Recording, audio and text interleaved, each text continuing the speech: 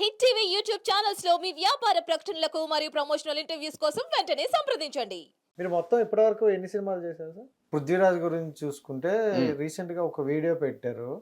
So 9 సంవత్సరాల నా నిరీక్షణకి court నుండి ఒక ఏంటది నాకు తెలియదు. అది ఏదో ఏదో కేసు పెడితే 9 సంవత్సరాల తర్వాత ఏమో. అయితే ఏంటంటే నేను మొన్న రీసెంట్గా నాకు ఫోన్ చేస్తే అయితే విషయం ఏంటంటే అలా మళ్ళీ చిన్న ఆయనతో మళ్ళీ గ్యాప్ వచ్చేసింది. నేను ఒరిస్సా వెళ్ళిపోయాను.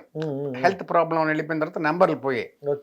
వచ్చిన తర్వాత ఒకసారి ఏమొచ్చాను 19th అనుకుంటాను 2019. ఓకే.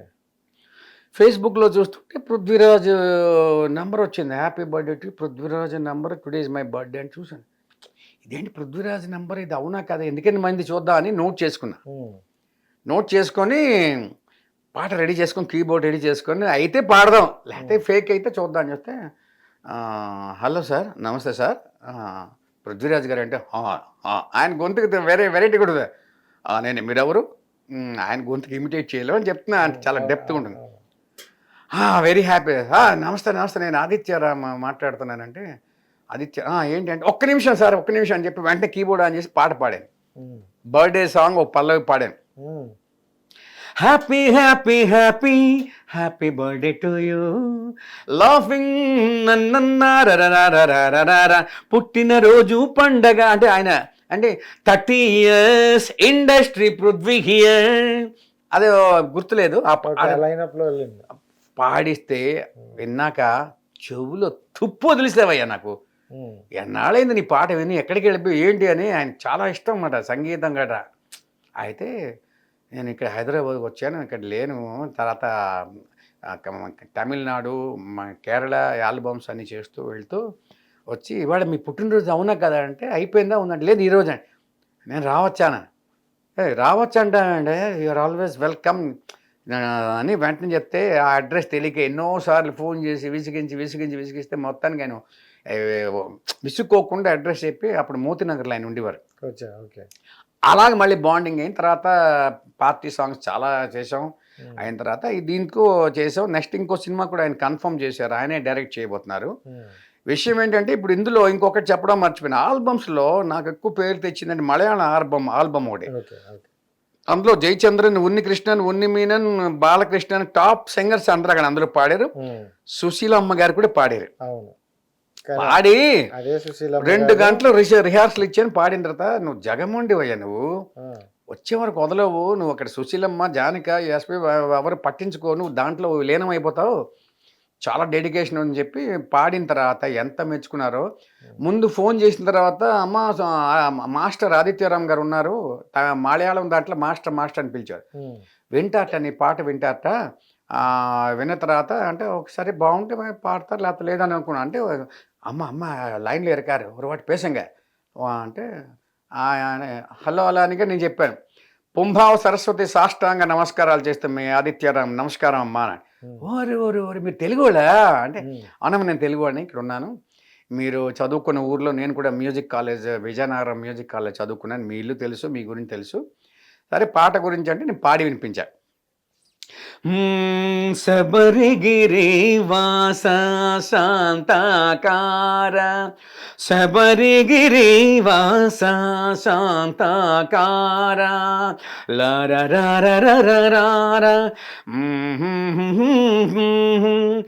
జన్మంగళ్ నీ తన్న స్నేహగాన మళ్ళీ శబరిగిరి వాస శాంతాకార, పని సగరి నిరిగ నిరీస పమద పమ పమ గమ గరి నిరిగారి మాగ పామ దద మప పసనిద పమద పమ గరి నిరిగరి శబరిగిరి వాస శబరిగిరి వాస శాంతాకార.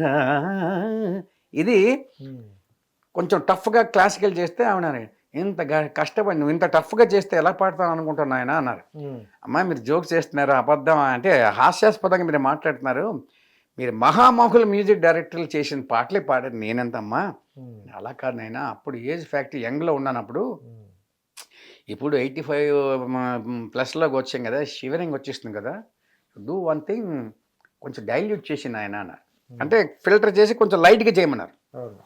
చేసి అది గిన్నిస్ బుక్ రికార్డ్స్లో నా పాట ఆవిడ పెట్టుకున్నారు. ఎంత అదృష్టం. ఓ, ఆవిడ Guinness book record holder award వచ్చింది కదా, అవునవును. అందులో నాది ఒక పాట, ఈ పాట ఉంది. Oh, super. I'm very happy, I'm lucky. Um, అది సంగతి. చాలా గ్రేట్. ఇలా ఎక్కడి నుండి జర్నీ ఎక్కడికో వెళ్ళింది సార్. అయితే మ్యూజిక్ అంటే అసలు వస్తాను అనుకోలేదు యాక్చువల్గా. మాదంతా మ్యూజిక్ ఫ్యామిలీ. నాన్నగారు రీసెంట్గా 2 months అయింది శివైక్యం చెందారు, కాలధర్మం చేశారు. ఓకే. సో నాన్నగారు శివ భక్తులు, నాన్నగారు రైటర్, వీణా ప్లేయర్. మా ఇంట్లో అందరూ దేవి ఉపాసకులు, అదే లలిత ఉపాసకులు, రాజరాజేశ్వర అండ్ శివ భక్తులు నాన్నగారు. ఇంట్లో అందరూ పాడతారు. నాన్న అమ్మ అయితే వైణికులు, అద్భుతంగా మా వంశం అంతా వైణికులు, గాయకులు, కవులు, ఉపాసకులు అంట. బొబ్బిలి ఆస్థానంలో, రాజ ఆస్థానంలో. మీ ప్రాపర్ ఎక్కడ సార్? ఒరిస్సా, ఛత్రపూర్. బొబ్బిల్లో మీరు ఉన్నారా? అంటే బొబ్బిలి అంటే విజయనగరం జిల్లాకు సంబంధించింది. బొబ్బిలి అదే, బొబ్బిలి విజయనగరం పక్కనే ఉంది కదా. అయితే బొబ్బిలి అక్కడ ఉండేవారు మా తాత ముత్తాతలు, అమ్మ వాళ్ళ పుట్టినీళ్ళు అక్కడ. వీళ్ళంతా ఏంటంటే రాజుకి అడ్వైజర్స్గా ఉండేవారు. అదేంటి యజ్ఞ యాగాది క్రతువులు చేస్తూ ఉపాసన అంటే వాళ్ళకి అడ్వైజ్ గైడ్ లైన్స్ ఇచ్చేవారు. నక్షత్ర శాస్త్రం, గణిత శాస్త్రం, ఆస్ట్రాలజీ ఇవన్నీ చెప్పేవారు. మహా టాప్ మోస్ట్ అన్నమాట ఉద్దండులు. ఆ ఫ్యామిలీలో మనం ఏదో కాస్త ఇచ్చి, అది కూడా నాకు ముందు సరిగ్గా మాట్లాడడం కూడా వచ్చేది కదా. మా ఫాదర్ మదరు నాకు అడ్వైజ్ చేసి, నాకు నాన్నగారు ఒక విధంగా బీజాక్షరాలు అంటారు. బీజాక్షరాలు అంటే అది ఏంటో తెలియదు మనకి. నాకు ఇలా ఇంట్రెస్ట్ చూసి నాన్నగారు ఏమొచ్చి ముందు అమ్మ ఏమొచ్చి రాసి పెట్టారు, నువ్వు పాడాలనుకుంటున్నావు కదా, సరేలే అని చెప్పి కళ్ళు మూసుకో అంటే, ఏం చేస్తున్నావు అంటే, ఏం లేదా నువ్వు బాగా పాడాలి కదా అంటే, అవునని. చిన్నప్పుడు అన్నమాట. చిన్నప్పుడు అంటే ఇంటర్మీడియట్ తర్వాత బీజాక్షరాలు రాశారు, అయిపోయింది. నెక్స్ట్ 4 మీద రాస్తారు వాళ్ళు. మా తల్లిదండ్రులు చాలా పవర్ఫుల్. వాళ్ళు ఎక్కడ పబ్లిసిటీ, నేను ఒక్కనే పబ్లిక్లో పబ్లిసిటీ కోసం వచ్చాను తప్ప 4 గోడల ముందు దైవత్వం అంతే, ఎవరికి చెప్పేవారు కాదు. అయిన తర్వాత 2 రోజుల తర్వాత వస్తే పాటలో చేంజ్ వచ్చేది. నాన్నగారు ఏమొచ్చి నువ్వు శివ శక్తి అన్నమాట, ఇంట్లో కాశీ నుంచి తెచ్చిన శివలింగం ఉంది. నాన్నగారు ఏంటి రాశారు కానీ అదేంటంటే ఒక పసుపుతో రాసి ముంచి కళ్ళు మూసుకు చెప్పరు, ఏంటో చెప్పరు.